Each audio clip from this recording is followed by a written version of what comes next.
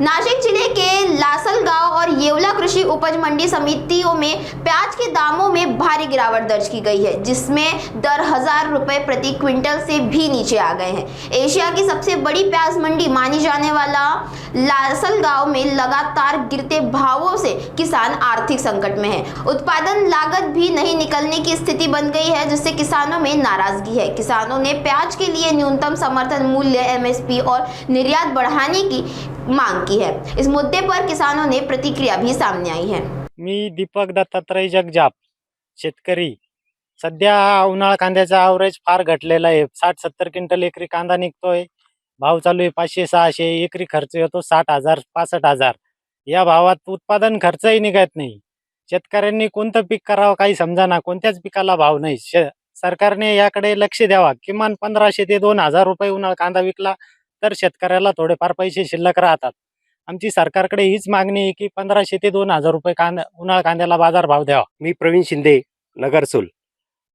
यावर्षी लाल कांद्याचे मार्केट 500-600 रुपये विकल्यामुळं लालही कांद्यामध्ये शेतकऱ्यांना एकही रुपया मिळाला नाही आणि मध्येच नैसर्गिक आपत्ती. आताही उन्हाळ कांद्याचं क्षेत्र यावर्षी घटल्यामुळं उत्पादन कमी निघालं. खर्च किमान एकरी 50,000 ते 60,000 रुपये खर्च होतो आणि 500 ते 700 रुपये सध्या मार्केटला हा कांदा विकत आहे.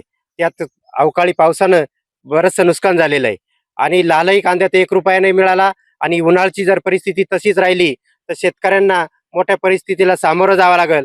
तर शासनानं याकडे गांभीर्याने लक्ष दिलं पाहिजे आणि किमान आधारभूत किंमत ही कांद्याला ठरवून दिली पाहिजे.